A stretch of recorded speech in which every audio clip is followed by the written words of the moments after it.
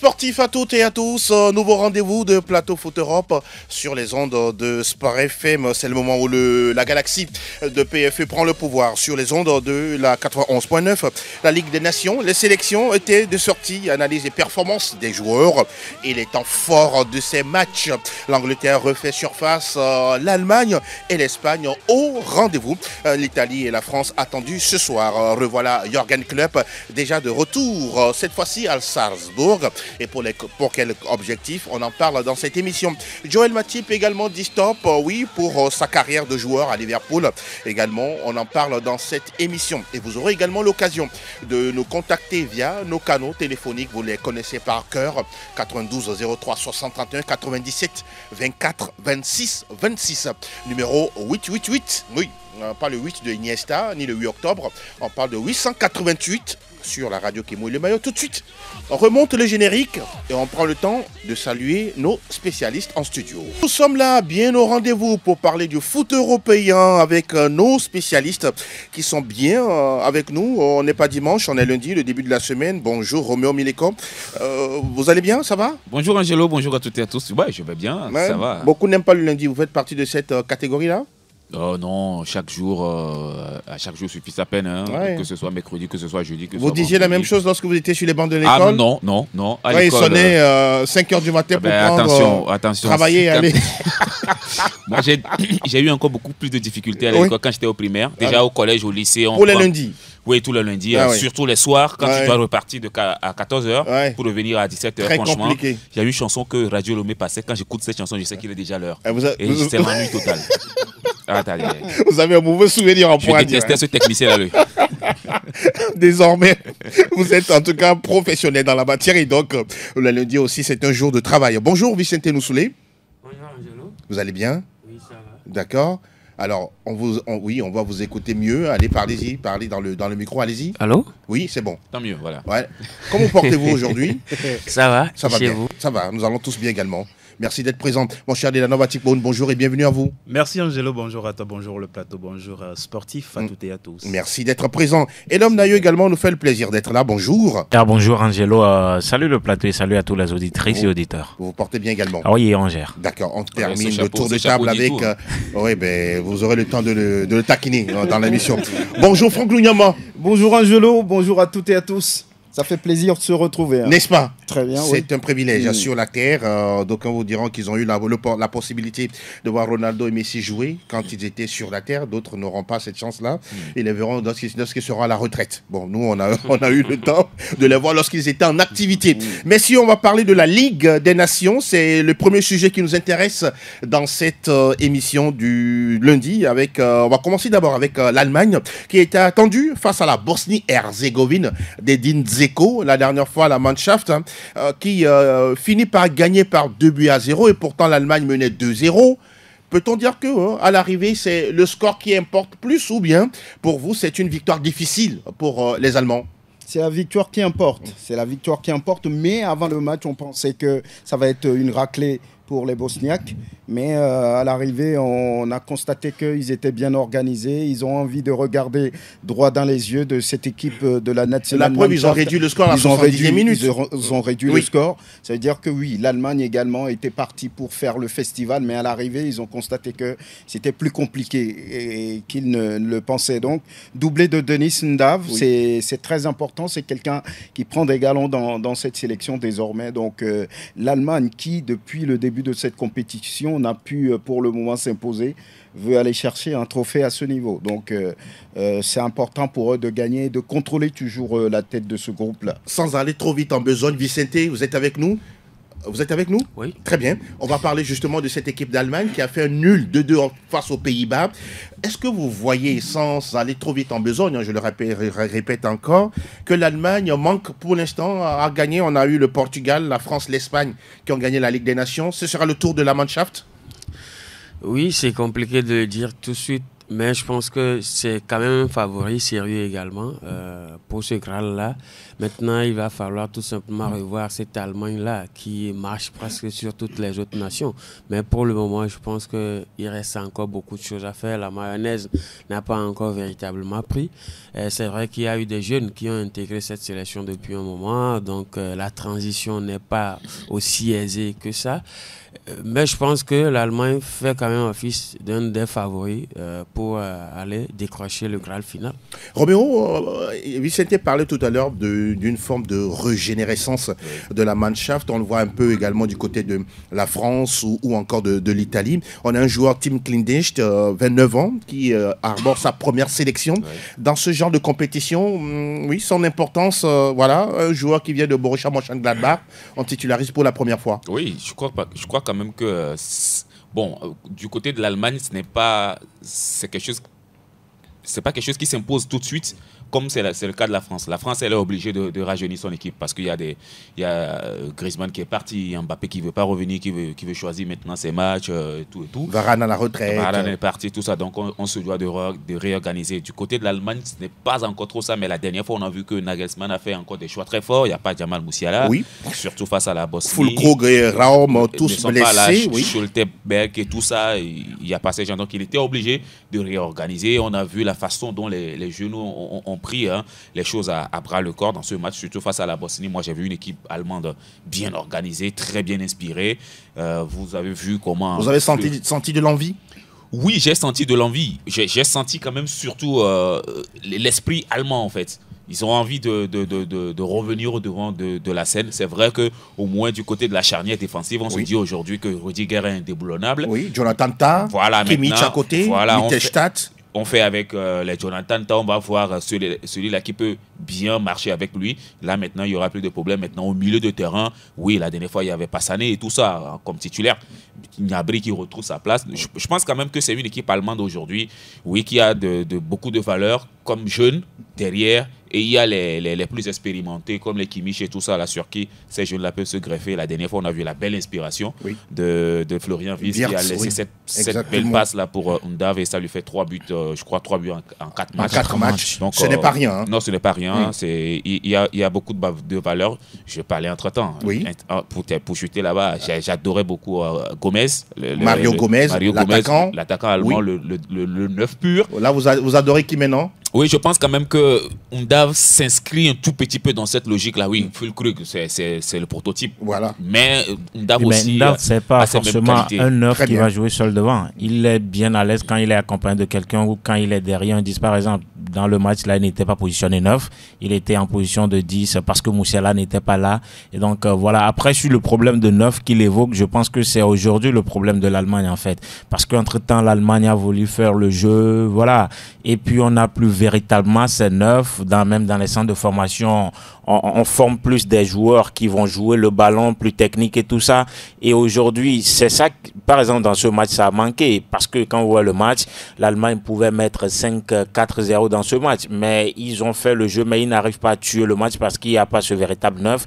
Face aux Pays-Bas, lors du match aller également, ils ont dominé la rencontre. Mais ça n'arrive véritablement pas à tuer le match parce que ça joue trop, mais il n'y a pas véritablement ce buteur devant. Et ouais, entre-temps, oui, quand ils ont commencé cette politique, tout de suite, ils ont gagné la Coupe du Monde. Mais quand même, vous avez entre-temps un Klose qui était toujours là. Et donc, ça fait que ça allégit un peu. Il n'a pas été remplacé. Il n'a pas été remplacé. Aujourd'hui, on voit clairement que oui, ça joue des fois, mais marquer des buts, c'est pas encore ça pour l'instant avec l'Allemagne. En tout cas, il faut garder la patience avec cette Mannschaft. Oui, vous parliez tout à l'heure du match face à la Bosnie 2-1. On se rappelle également l'écrasante victoire face à la Hongrie 5-0. Oui. Pays-Bas 2-2. Et les Pays-Bas, justement, l'Allemagne retrouve cette même sélection ce soir. Il faut faire mieux que le 2-2 désormais. Oui, il faut faire mieux que le 2-2. Mais rapidement, si je peux placer un mot sur, en tout cas, cette équipe allemande, moi je pense que dans cette rencontre, il n'y avait pas forcément lieu de faire jouer tous les titulaires. Parce qu'on sait que le titulaire, sur le point de l'attaque, c'est dans les dernières rencontres, c'est quand même Kai Havertz, même si ce n'est pas un 9. On le fait jouer à ce poste-là. On a véritablement voulu voir d'autres joueurs dans ce registre, raison pour laquelle on a vu, vous avez donné un nom tout à l'heure qui est venu Tim Kleindienst. Voilà, c'est un nom fort.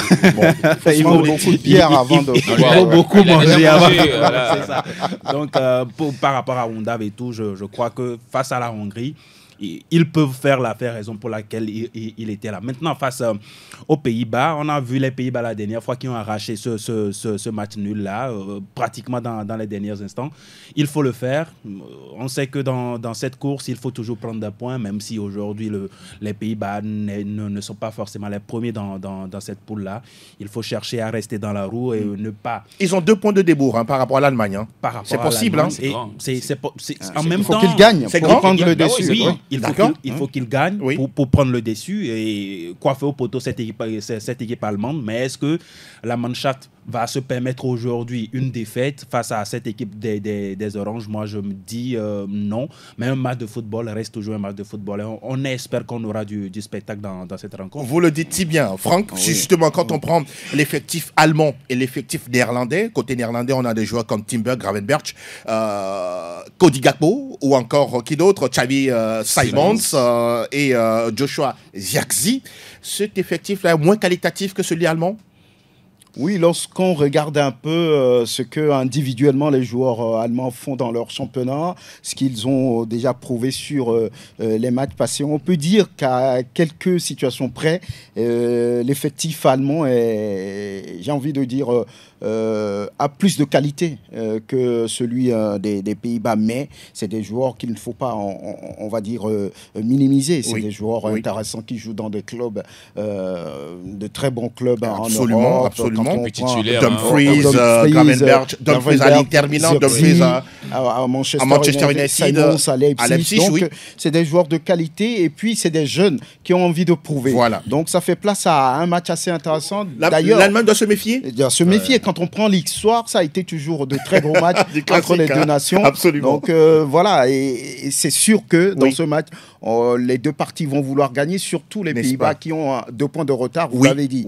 Donc, et pour parler surtout de l'Allemagne qui a envie de s'affirmer dans cette compétition, elle ne l'a pas encore gagnée, on l'a dit. Donc, et puis Nagelsmann a dit à tous ceux qui veulent l'entendre qu'il veut gagner la Coupe du Monde 2026. C'est l'occasion pour lui d'essayer de revoir des combinaisons, c'est de voir tous les joueurs presque qui sont intéressants au niveau de l'Allemagne, de les voir à l'œuvre. C'est, on va dire, une fenêtre pour lui d'essayer. Vous pensez qu'il a la main? Il a la main pour ça? Oui, visiblement. On le connaît, c'est quelqu'un qui est respecté, il est jeune, mais on lui fait confiance. Donc, il s'affirme aussi, il n'a peur de personne, il dit ce qu'il a envie de dire. Donc, voilà, pour lui, l'occasion de s'affirmer, d'essayer des choses. En attendant les matchs les plus importants, la Ligue des Nations, mais ce n'est pas ce qu'il veut forcément, mais c'est une fenêtre pour lui d'essayer de faire des combinaisons et de se projeter sur l'avenir. Donc, son objectif principal, c'est la Coupe du Monde à venir, et il a dit à tous ceux qui veulent l'entendre. Roméo, avant Vicente, on parle toujours de Julian Nagelsmann.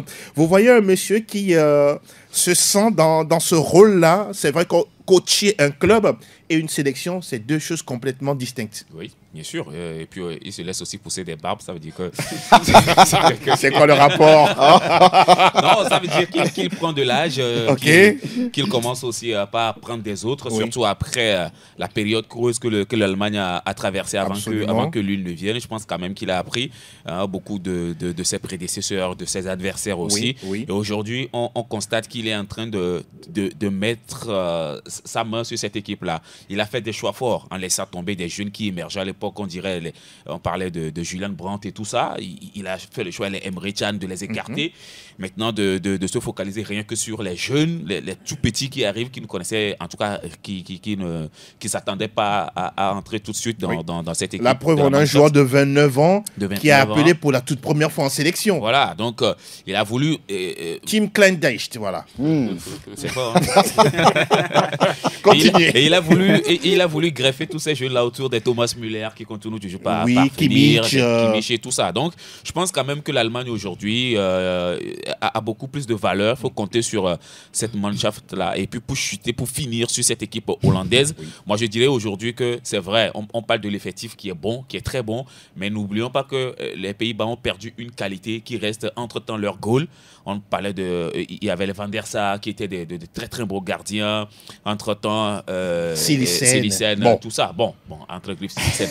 mais aujourd'hui, le goal du côté de... C'est le talon d'Achille. Oui, je pense quand même qu'il y a un travail à faire de ce côté. Actuellement, c'est Verbruggen, non? Verbruggen qui est là, je justement. Je ne connais même pas. Voilà.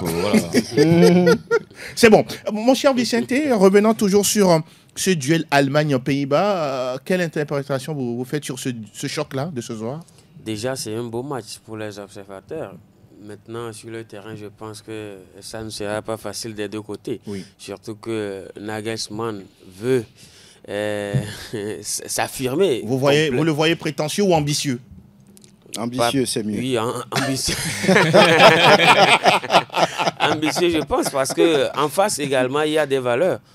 Nous avons évoqué des noms tout à l'heure, Cody Gakpo, même si ce début de saison, c'est pas trop fort à Liverpool. On a Xerxes qui, pour le moment, est sur les nuages. On a également des joueurs comme Van Dijk, Timber, Dumfries. Donc je pense que Xavi Simons. Il faut tout simplement rester ambitieux. J'ai l'impression que vous avez peur pour l'Allemagne. Oui, un peu, parce que... Ah oui, il a dit, un peu. L'Allemagne, ces derniers temps, ne rassure pas forcément. C'est vrai que Renaud parlait de choix forts. Oui. Mais pour moi, il y a un souci avec cette Allemagne aussi. On convoque les joueurs, pas forcément sur qui vont faire la durée, mais sur la forme juste. Des tests à court terme. Effectivement. Quand on prend Undav, par exemple, c'est parce qu'à Stuttgart, maintenant, ça marche. Ça marche. Et puis, voilà. Mais pour moi, cela bloque peut-être la croissance de certains jeunes talents. Il avait cité le nom de Julian Brandt. Oui. Karim Adeyemi aussi, c'est un joueur allemand, non? C'est un joueur blessé.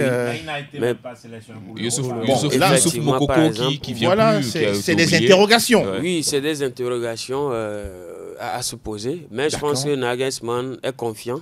Vous pensez qu'il sait ce qu'il fait? Oui, c'est un coach qui sait ce qu'il fait, il reste également campé sur ses décisions. Exact. Mais on va voir sur ce match face à la Hollande si vraiment ils ont les arguments nécessaires pour arriver à bout de cette équipe. On rappelle que le coach qui punit les gens. Oh oui, voilà. C'est un titre d'un article intéressant. On rappelle que Musiala, Ter Stegen, David Rom ou encore Füllkrug tous blessés. Voilà pour les raisons pour lesquelles on ne les voit pas sur ces matchs. Pardon? Pourquoi les Klein disent tout ça sont on dit souvent que la nature a horreur du vide. Voilà.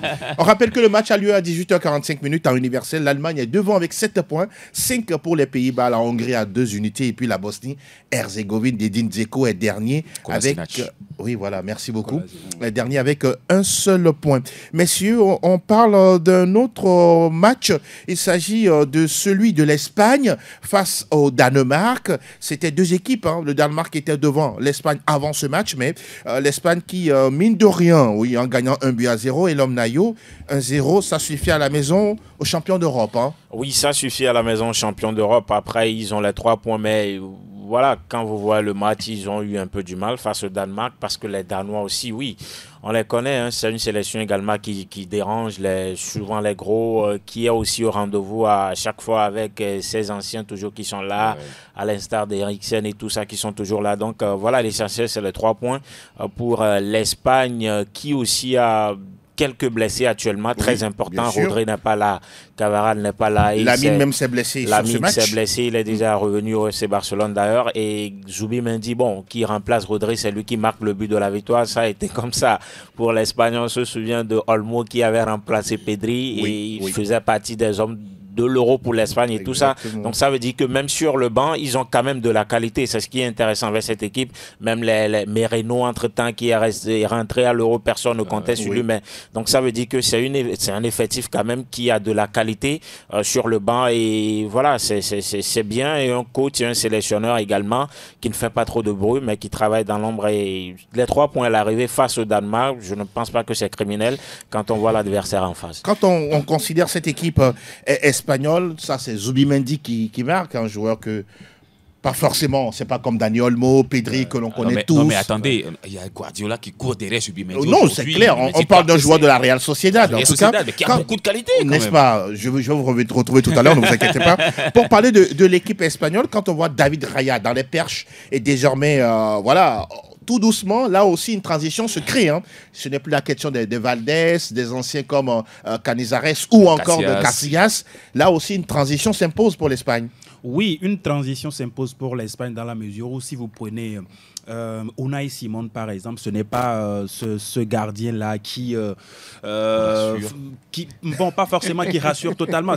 Unai Simon, c'est un bon gardien. Oui. Maintenant, par rapport à un David Raya aussi qui allie, que ce soit les détentes avec un jeu au pied assez exceptionnel par rapport à Unai Simon par exemple. Et surtout un très beau début de saison avec Arsenal. Il est en très grande forme avec Arsenal et aujourd'hui, bon, peut-être avec cette journée-là, Luis de la Fuente a aussi voulu voir certains joueurs ou bien d'autres joueurs pouvoir dans la durée parce que Unai Simon avec Athletic Bilbao, ce n'est pas aussi ça. N'est-ce pas aussi surprenant de voir une tournure au niveau des gardiens? Parce que très souvent, on préfère l'entrejeu ou l'attaque et les côtés, mais changer au niveau des gardiens, ce n'est pas le cas, par exemple, au niveau de l'Allemagne. Hein. Oui. Bon. Avec le dictateur. Ce week-end, c'était Nobel. Hein. Oui, c'est Nobel qui a pris les perches. À courte durée, comme Vicente l'a dit. À courte durée, d'accord. Avec David Raya, on sait que c'est la jeunesse. On sait que, oui, il a eu également de l'expérience avec Arsenal, surtout la saison écoulée. Il a un mental assez fort. Il peut savoir également diriger cette jeune défense-là. On a une nouvelle équipe aussi qui est arrivée du côté de l'Espagne. Certes, on a eu des joueurs qui étaient déjà à l'Euro, mais on veut rajeunir, on veut toujours voir d'autres joueurs compléter cet effectif-là. Et je pense que c'est naturellement que de la Fuente a fait appel à David Raya, qui n'a pas déçu. Hein. Lui, il est toujours là, très serein sur sa ligne. Il dégage quand même une certaine sérénité. Je pense que ça peut le faire, même si Unai Simon venait à être blessé. Je ne le souhaite pas surtout. Vivement. Vous avez parlé tout à l'heure d'une jeune défense, Porro, Viviane, Laporte et Grimaldo. Et puis en milieu de terrain, on a Fabien Ruiz, Fabian Ruiz et puis Zubimendi. Voilà. Et puis Lamine Yamal, Pedri et Arzabal. Cette équipe-là, vous la voyez également, même s'il y a Morata, toujours jeune et qui a envie également de montrer son impact. Ah ben oui, parce qu'aujourd'hui, il porte le brassard de capitaine et il est obligé d'être le leader de cette équipe-là, même s'il lui-même il ne le veut pas. Je pense quand même que cette équipe espagnole aujourd'hui, vous le disiez, elle n'est plus la même depuis qu'elle est revenue de l'Euro. Hein. Il y a des garçons comme les Pedro Porro qui ont intégré ce groupe parce qu'il a fait une très belle saison avec les Spurs.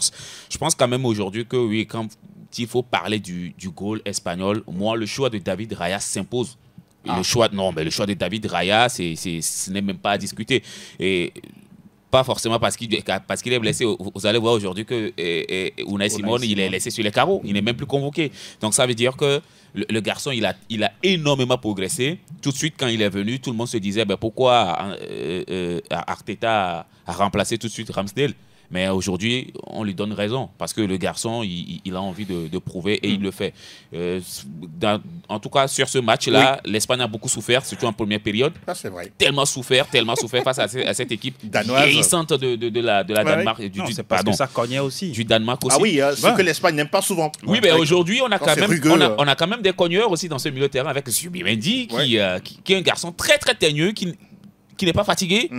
Bon, je pense quand même que c'est une grosse qualité sur laquelle l'Espagne peut se reposer en l'absence de Rodri ou encore de Dani Olmo touché. On rappelle que dans cette sélection, oui, on parlait de Zubimendi. Franck, il y a une particularité sur ce joueur. Chez les U17, une sélection. U19, une sélection. Chez les Espoirs, une sélection. Et là, Chez les A, il a 12 sélections.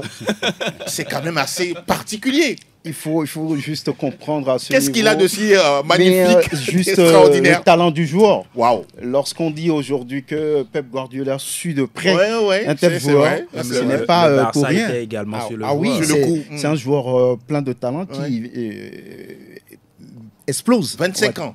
On va dire tout simplement. Ouais. Donc, aujourd'hui, je pense qu'il est en train de rentrer dans la tête de presque tous les techniciens, là-bas en Espagne et au-delà de l'Espagne également. Mais donc, Carlo Ancelotti ne veut pas un joueur comme ça. C'est le talent qui parle aujourd'hui. Et c'est lui qui vient sauver, on va dire, l'Espagne aussi dans un match très, très, très difficile. Oui. Et vous savez, lorsqu'on est un champion d'Europe sortant, ce n'est pas aussi aisé de pouvoir répéter les mêmes efforts sur les compétitions qui suivent. Donc, l'Espagne est toujours attendue, ils le savent, avec de très très jeunes joueurs, Lamine Yamal et tous les autres, qui est obligé quelque part de prendre le flambeau au sein de cette équipe. Aussitôt. Il a parlé du vieux routier, non pas Morata. Oui, le vieux routier. Quel parcours aussi, Juventus, Atlético, Real. Il a, voilà, il a un peu, on va dire. Il a joué à Chelsea, non? Oui, voilà. Pourquoi je dis quel parcours. Donc, l'Espagne aujourd'hui est attendue à tous les niveaux. Elle a déjà gagné la compétition aussi. Donc, voilà, c'était important pour eux de revenir, de prendre le dessus, de prendre ces 3 points face aux Vikings. Ce qu'ils ont réussi et c'est très bien pour eux. Très important. Vicente, on continue de parler de cette équipe d'Espagne qui va jouer ce soir mardi face à la Serbie, sans Yamal qui a été touché, remplacé par un certain Rodrigo Riquelme. Oui, cette équipe d'Espagne. La Serbie qui a gagné la Suisse 2-0. Hein. C'est un bon client? Un bon client, mais pas aussi facile. Parce que l'Espagne, on l'a vu, a quand même charbonné. Ah oui. Pour ne pas dire carburé face au Danemark. Mais elle est arrivée quand même à bout de cette équipe très bien organisée, qui était vraiment teigneuse en termes de combativité, d'engagement. Elle est de retour, cette Roja que vous avez connue dans les années 2008, 2012, où il faut encore du temps. Non, ce n'est pas les mêmes qualités. Quand on prend un certain Xavi, Iniesta, Busquets, non, je ne pense pas qu'il y aura encore un trio. Mais on a une belle génération là, non? Oui, on a une belle génération. Champion d'Europe. Oui, mais ce ne sont pas forcément les mêmes qualités. Ce n'est pas, on va dire, les mêmes individualités quand on prend aujourd'hui.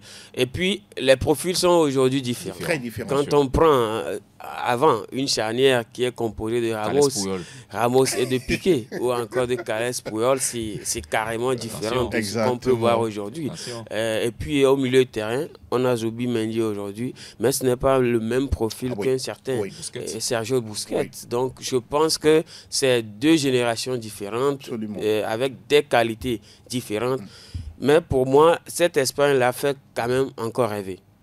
Quand on prend aujourd'hui un certain Lamine Yamal et Nico Williams, ce sont des joueurs... Lui, il était juste blessé. Hein. Voilà il était blessé. Ce sont des joueurs dont les profils n'étaient pas présents en équipe d'Espagne auparavant. Oui. Parce que l'Espagne, c'était quand même... Il a fallu du temps pour voir ça. La possession du jeu, voilà. Le tiki-taka. C'était compliqué de voir l'Espagne jouer en latéralité, surtout avec des ailiers qui vont rapidement. Mais je pense que voilà, c'est aussi ça, l'adaptabilité dont fait preuve cette équipe de l'Espagne, surtout de Luis de la Fuente. Donc voilà, c'est vrai qu'on ne retrouve pas forcément l'Espagne d'antan, mais cette Espagne peut faire également rêver, surtout qu'elle est championne d'Europe en titre. On espère quand même voir Lamine Yamal sur la durée. Je pense que c'est vraiment un talent pur. Le mondial 2026 à l'horizon. Effectivement, c'est là où même on les attend, surtout avec Nico Williams, Dani Olmo, des jeunes qui arrivent avec Pedri et tous les autres. Et tout ça, vous le dites si bien. En tout cas, la Serbie reste également un client intéressant. Attention à cette équipe serbe. On rappelle qu'au classement, on a l'Espagne qui est devant 7 points. Le Danemark en a 6 désormais. La Serbie est 3e avec 4 points. 0 points pour la Nati, la Suisse.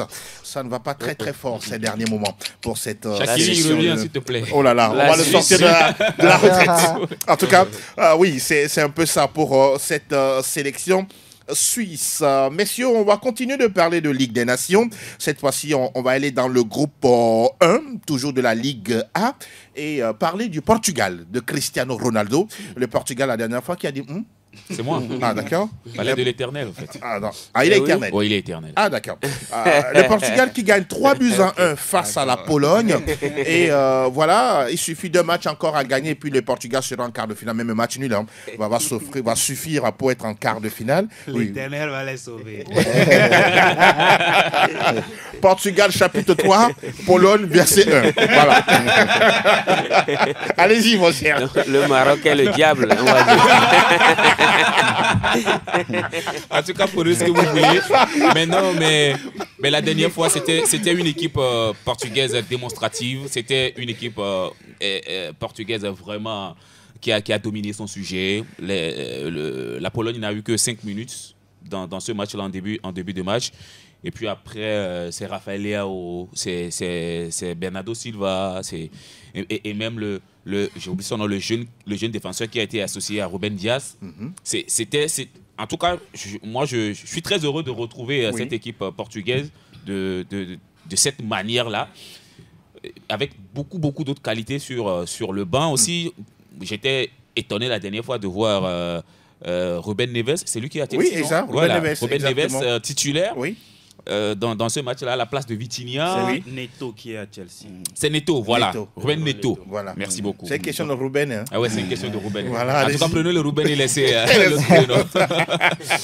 et donc, je dis tout simplement que cette équipe portugaise, oui, moi, je crois quand même que elle a quelque chose à revendre, elle a quelque chose à montrer avec les Nuno Mendes qui aujourd'hui ont confirmé, se montre aujourd'hui titulaire indiscutable dans cette équipe portugaise.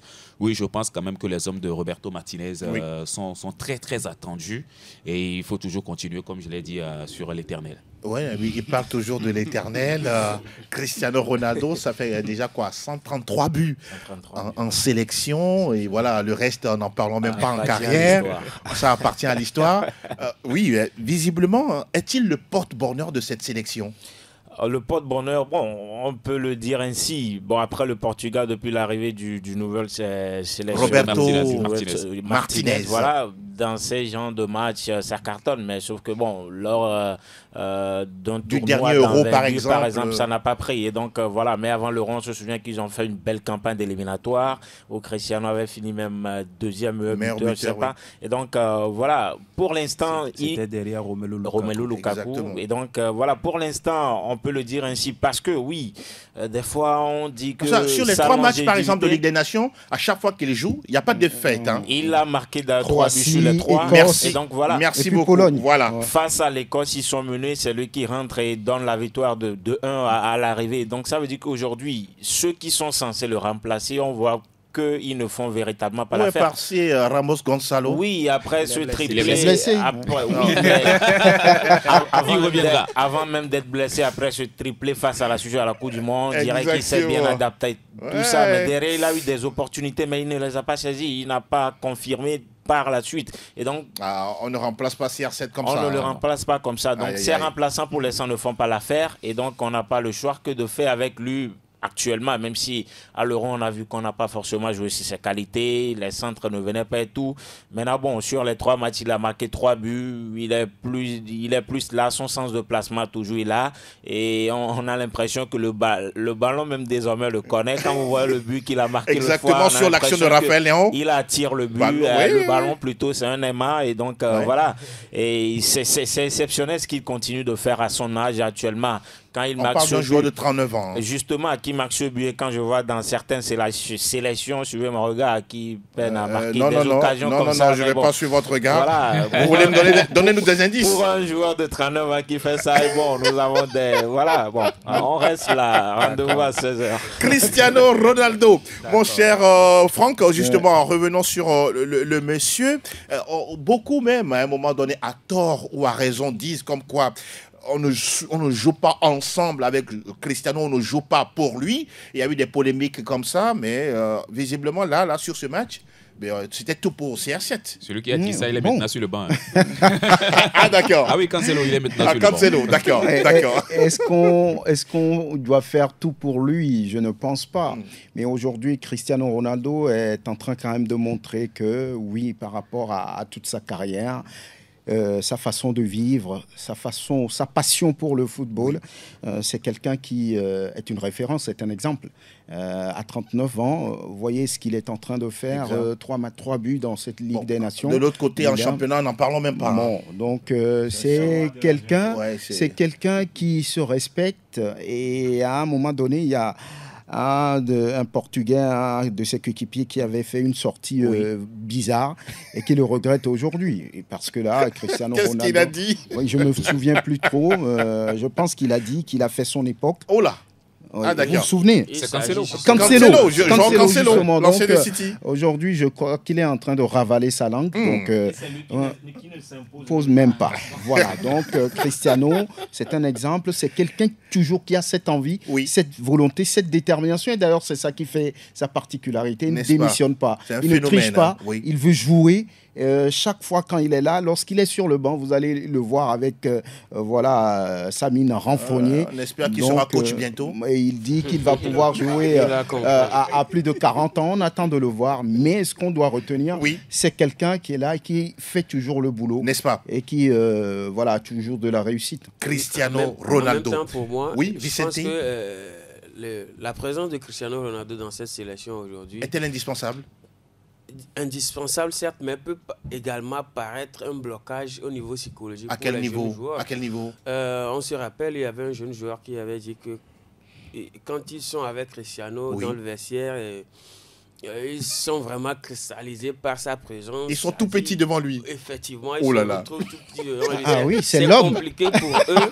C'est compliqué pour eux de discuter avec lui parfois. Et Cristiano a avoué qu'il a constaté que ces jeunes joueurs sont vraiment hypnotisés par sa présence. Ils ont quelque part peur de lui, de l'approcher. Oui, effectivement. Donc c'est compliqué parfois qu'il y ait quand même quand on est aussi trop charismatique, c'est un problème. Hein. C'est un problème également. Le cas d'Adebayor, par exemple, ici en sélection. Il y a des jeunes qui n'arrivent pas à l'approcher, à lui parler. Donc je pense... Ah oui.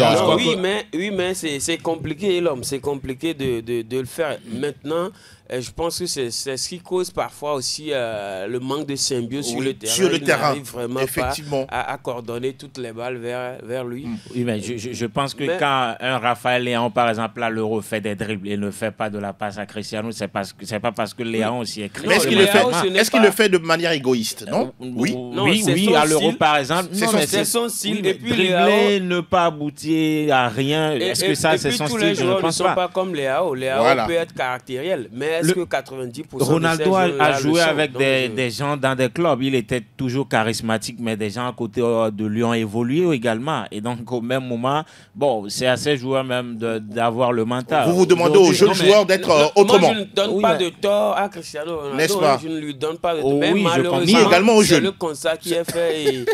Non, mais je crois que ce dont parle Vicente, je crois que c'est le jeune du Paris Saint-Germain qui a signé actuellement au Paris Saint-Germain.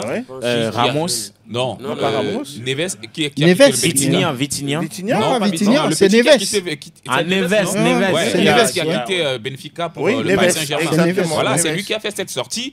Et bon, après tout, Cristiano, il a parlé. Ce n'est pas dans le mauvais sens, au fait. Ce n'est pas qu'ils sont crispés, qu'ils ont peur de lui. Mais ça dit que déjà sa présence. La force de la nature. Voilà, vous sentez qu'il y a une pesanteur. Il y a quelqu'un qui est là, que vous devez écouter, que vous devez respecter. Quand il dit quelque chose, ça doit être. Vous devez mettre ça en pratique. Voilà, donc après, quand l'Éternel a fait ça, il a sorti encore le qualificatif.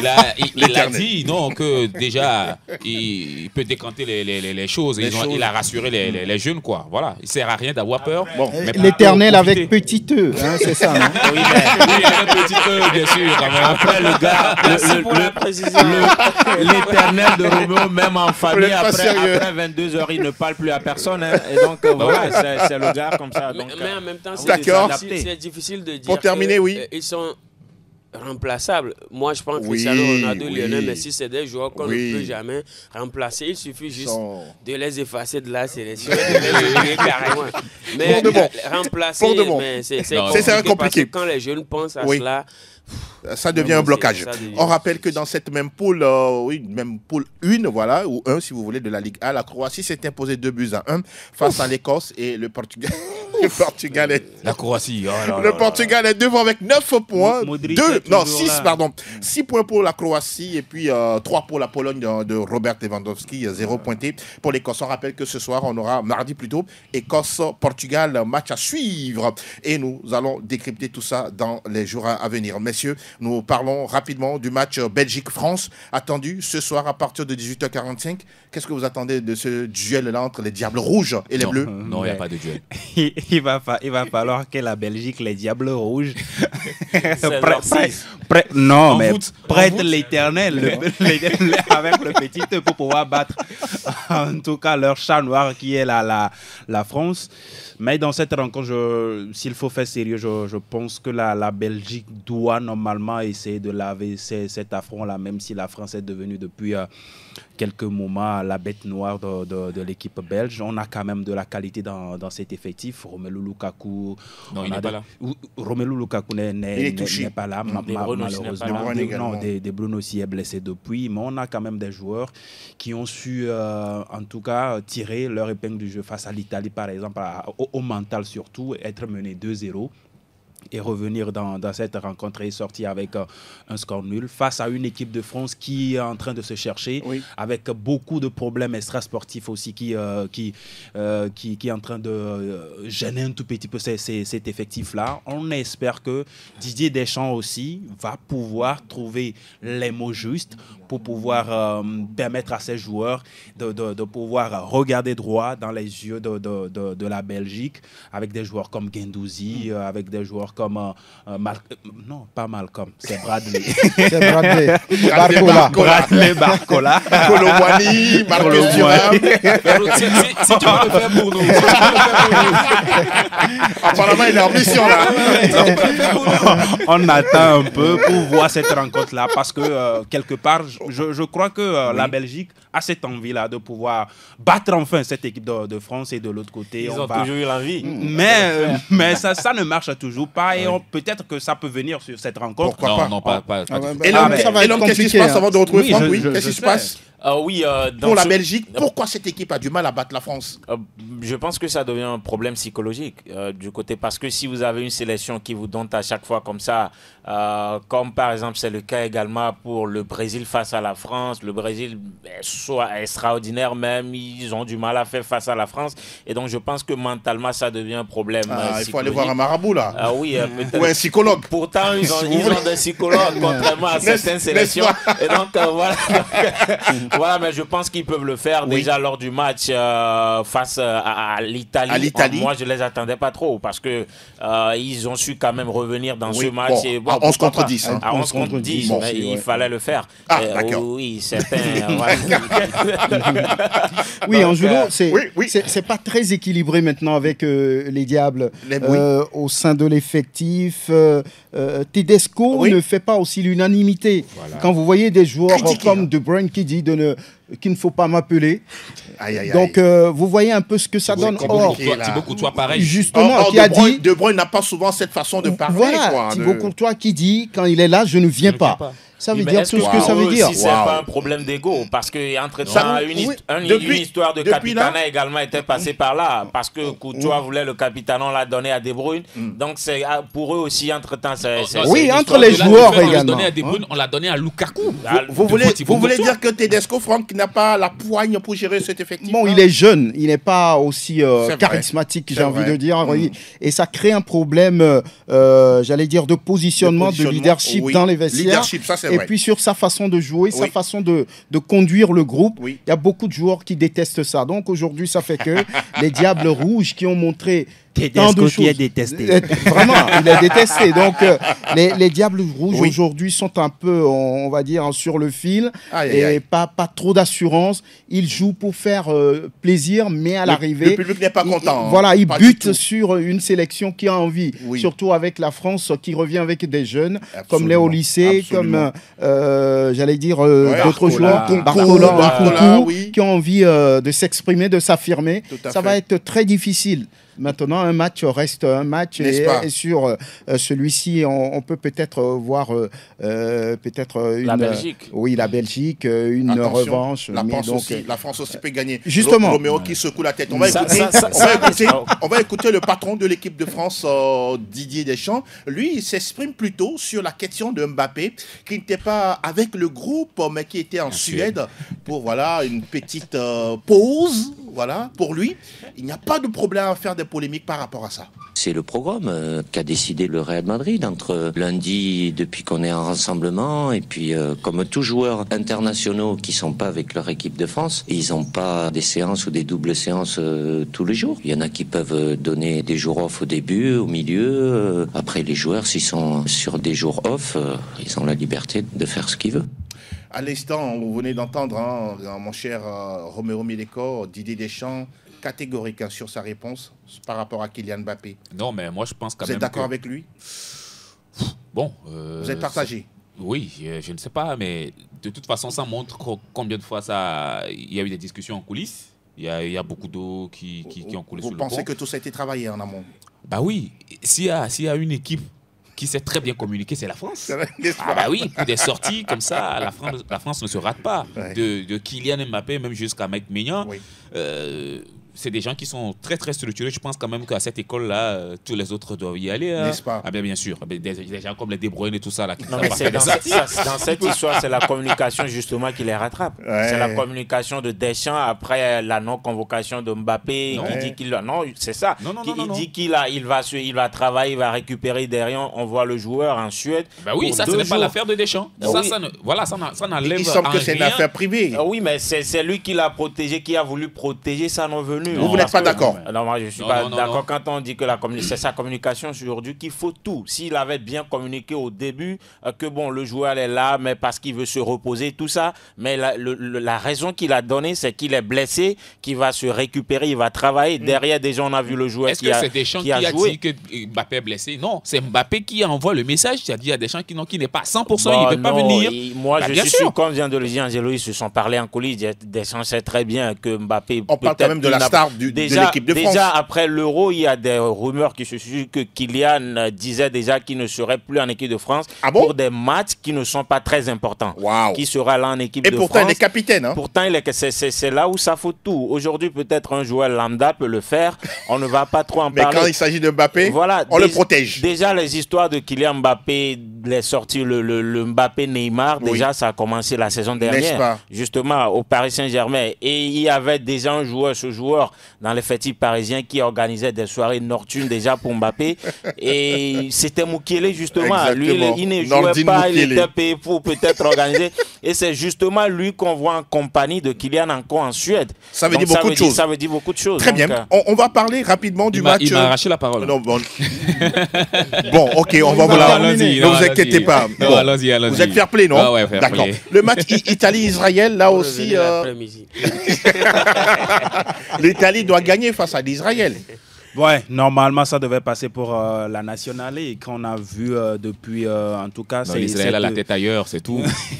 Contexte géopolitique. Bien sûr. D'accord. Donc cette équipe de Luciano Spalletti a quand même les moyens pour pouvoir battre cette équipe israélienne. D'accord.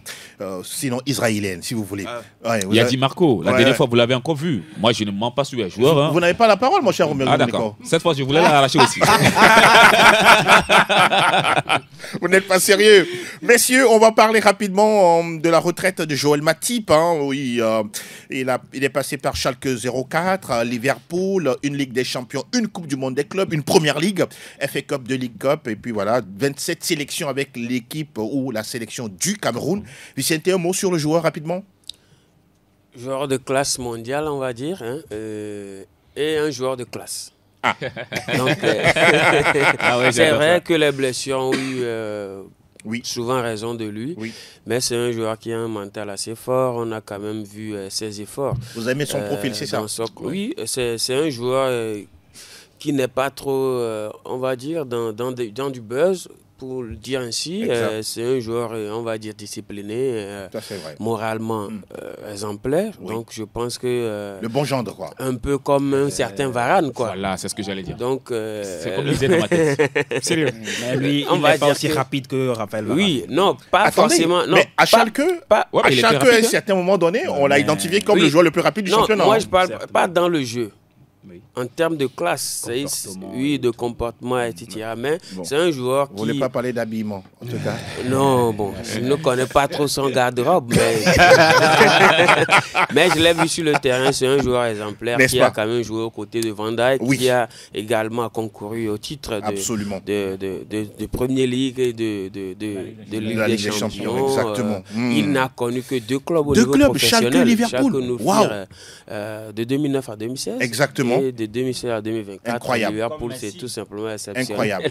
Ah ouais. Maintenant, Messi en connaît 3 au Cameroun, c'est vrai, c'est un peu le petit point noir dans la galaxie. Mais bon, 27 sélections. Apparemment, c'est un monsieur également de parole. Hein. Quand c'est bon, il est là. Quand c'est pas bon, il se met à côté. Un homme de caractère. Monsieur, merci beaucoup de passer le mot. Un homme de caractère. Et il le dit à chaque fois. Oui, un homme de caractère, c'est Jürgen Klopp, et qui est désormais directeur du football à Salzbourg pour à partir de janvier 2025. Oui, je pense que lorsqu'on regarde un peu la carrière, le parcours, lui, ancien joueur, lui, c'est autre chose. Entraîneur de Mayence, Borussia Dortmund, et puis après derrière Liverpool, c'est quelqu'un de charismatique, d'intègre aussi, qui a fait ses preuves surtout à Liverpool, qui a amené cette équipe à gagner le titre de champion 30 ans de disette et la Ligue européenne aussi. Donc aujourd'hui, les propriétaires au niveau des clubs de Red Bull, le Taureau Rouge lui font confiance pour être le directeur sportif de tout ça. Donc ça devient intéressant pour lui. Je pense qu'il va s'occuper à nouveau après quelques mois de repos. Donc c'est à partir de l'année prochaine. Effectivement. Donc voilà, on lui fait confiance et j'espère qu'il va avoir la même réussite qu'il a eu du côté de Liverpool. Vivement. C'est un rôle aujourd'hui qu'il a eu et qu'il oppose à toute l'Allemagne aujourd'hui. Hein. Oui, les Allemands ne sont pas contents justement parce que Red Bull n'est pas une société que aiment tellement les Allemands. Voilà, donc c'est pourquoi Leipzig d'ailleurs en Allemagne est énormément détesté. Voilà, après, ils ont quand même des supporters, non? Ils ont des supporters et ceux qui habitent à Leipzig. Voilà, mais bon, ça ne va pas l'empêcher de faire son travail. Pas du tout. On rappelle que Leipzig est toujours dans le championnat allemand pour l'instant et justement la même firme s'occupe de vouloir récupérer 15% du Paris FC et puis tout ce qui va avec. On comprend beaucoup. C'est le business, tout simplement. Messieurs, on va désormais donner la parole aux auditeurs s'ils sont là. Oui, s'ils veulent se mouiller justement aux discussions que nous avons faites depuis le début de cette émission, c'est le moment. Plateau Foot Europe, le coin des auditeurs. Le coin des auditeurs. Nous y sommes. Bonjour, vous êtes là? Oui, je suis là. Oui, padez-nous. Comment vous portez-vous?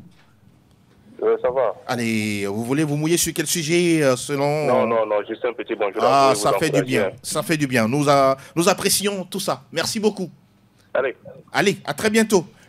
Ah oui, à ce soir, voilà, comme disait quelqu'un. On va continuer de prendre les auditeurs 92 03 60 31 97 24 26 26. Oui, vous voulez discuter avec nous sur un sujet qui vous intéresse dans l'émission Plateau Foot Europe sur Sport FM. Bonjour. Bonjour Plateau. Oui, bonjour. Vous allez bien? En forme, hein? C'est Ramos? Ramos d'Atiego. Oui, Ramos. Comment vous allez? Ça va. Allez-y, Ramos, nous vous écoutons. Vous dites que concernant les joueurs du Real Madrid, ils ont boycotté l'équipe nationale. Ah, d'accord. Comme Vini et puis Rodrigo. Rodrigo était en sélection. Non. Personne n'a pas boycotté. Non, Valverde également était en sélection. Oui. On n'a pas dit ça ici. Tchouaméni également en sélection. Kamavinga également. Rudiger. On parle seulement de Kylian Mbappé. Ah, vous voulez parler de qui? Kylian Mbappé n'a pas boycotté l'équipe nationale. Comment vous comprenez ça? C'est le coach même qui n'a pas convoqué, non? D'accord. C'est pas vrai. Ça. Donc, Kiki est blessé, non? Il semble qu'il est blessé. Oh, ça, je ne sais pas. Ah bon? Ramos. Parce qu'il est blessé, là, il ne veut pas aller à la boîte. Ah non, mais bon, attendez, peut-être qu'il a fini sa physiothérapie, il est allé sur sa aller en béquille.